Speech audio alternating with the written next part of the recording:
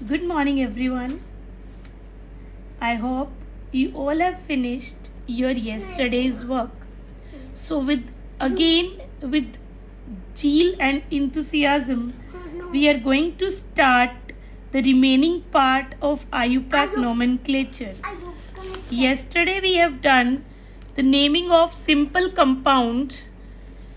Today, we will start naming of such type of coordination compound in which both cation as well as anion are in coordination sphere. तो जो पहले लिखा होता है वो क्या होता है आपका कैटायन, और ये क्या हो गया आपका एनायन. कल हमने किया था कैटायन की नेमिंग कैसे करेंगे. पहली बात तो इसके ऊपर चार्ज, यहाँ पे 1 होगा, +1 होगा, यहाँ पे -1 होगा, तभी यहाँ पे 1 आया और यहाँ भी क्या आया 1.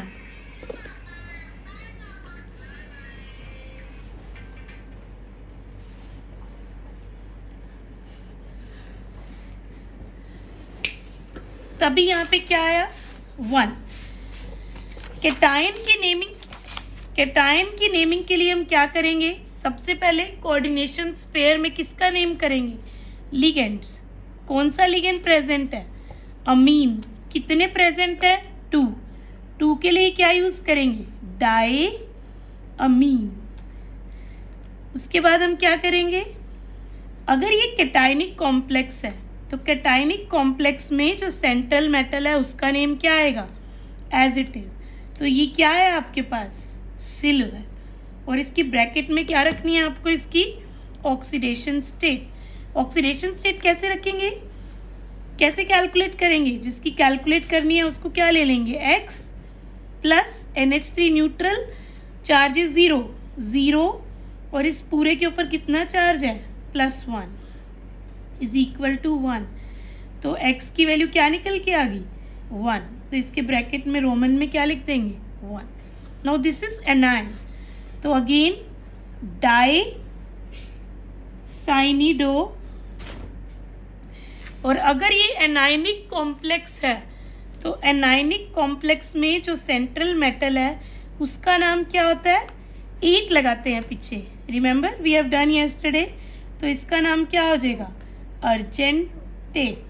और जब इसके हम ऑक्सीडेशन नंबर निकालेंगे तो X प्लस Cn के ऊपर कितना चार्ज होता है -1 है, कितने 2 × -1, और पूरे के ऊपर चार्ज -1. तो X - 2 is equal to -1, X is equal to +1. तो इसके ब्रैकेट में भी क्या आ गया आपके पास 1. This is the complete name of this compound. Again I am repeating because I'll show you this question has come in NEET 2022 और 21. तो सबसे पहले कैटायन का नेम, फिर एनायन का नेम. बस ध्यान क्या रखना है, जैसे पहले हमने रूल्स किए हैं सेम रूल्स फॉलो होंगे. अब I want to show you 3 questions related to the topics we have covered, and you will be surprised to see that in competitive exams the questions are like this. Which complex compound is most stable? सबसे ज़्यादा stable कौन है. तो हमने क्या किया था NH3 NO3 दोनों ही लिगेंड्स कैसे हैं मोनोडेंटेट. Cl2 En कैसा लिगेंड है डाइडेंटेट. तो डाइडेंटेट है तो ये क्या बनाएगा चिलेट बनाएगा, और चिलेशन जहाँ भी होगी वहाँ क्या आ जाती है स्टेबिलिटी. यहाँ पे भी कैसा लिगेंड है मोनोडेंटेट, यहाँ भी कैसा है मोनोडेंटेट. तो आप देख सकते हैं कि सिर्फ एक ही कॉम्प्लेक्स है जिसमें चिलेशन डाइडेंटेट लिगेंड है, इसलिए वो सबसे ज़्यादा क्या होगा stable. So the answer will be B, and this question is of NEET 2023. Next question, homoleptic complex. Homoleptic क्या बताया था कल, जिसमें एक ही टाइप के लिगेंड हो. Diammine, chlorido, nitrito, and so there are so many type of ligands. This is heteroleptic. Pentamine, carbonato, 2 ligands are there. Triamine, triaqua, 2 ligands are there. But if you will see this one, you will see that potassium trioxalato only one type of ligand is present. So this complex is homoleptic complex. Next question of NEET 2022. NEET 2022, the same as we have done this one, बस यहाँ पे H2O की जगह क्या ले लिया उन्होंने, NH3. So the question is of NEET 2022. The point is हर एक कॉम्पिटिटिव एग्जाम्स में यही चीज़ें आती हैं, बस हम जो कर रहे हैं हमें वो बहुत ध्यान से करना. So we are done with IUPAC. Bridging complex की नेमिंग करने की कोई भी नीड नहीं है, ब्रिजिंग कॉम्प्लेक्स की नेमिंग मत करना.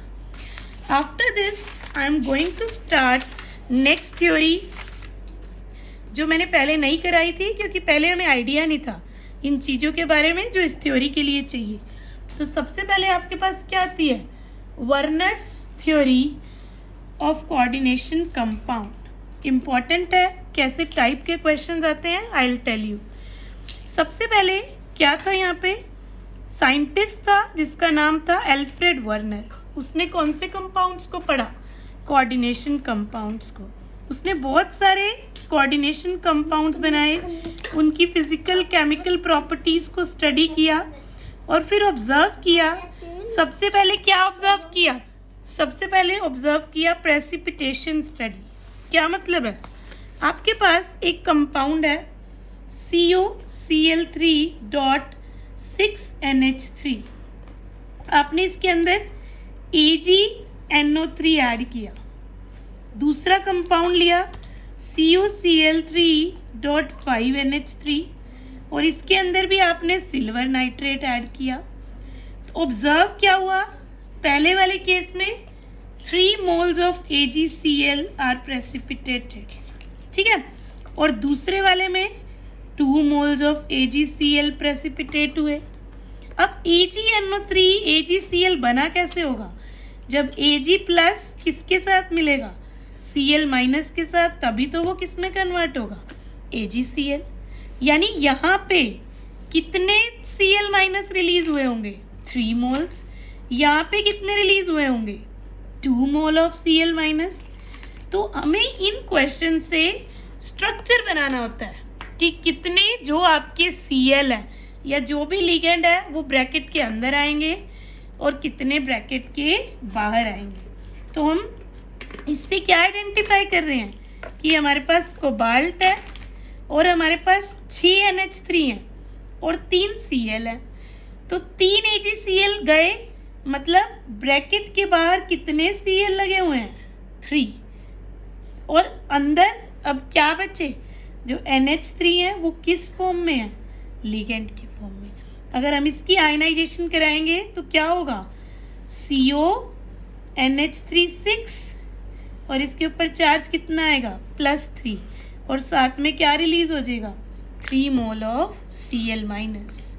ठीक है, तो दिस इज द स्ट्रक्चर. मान लो ये A है और ये आपको वो क्या देंगे, B. तो this is the structure of A.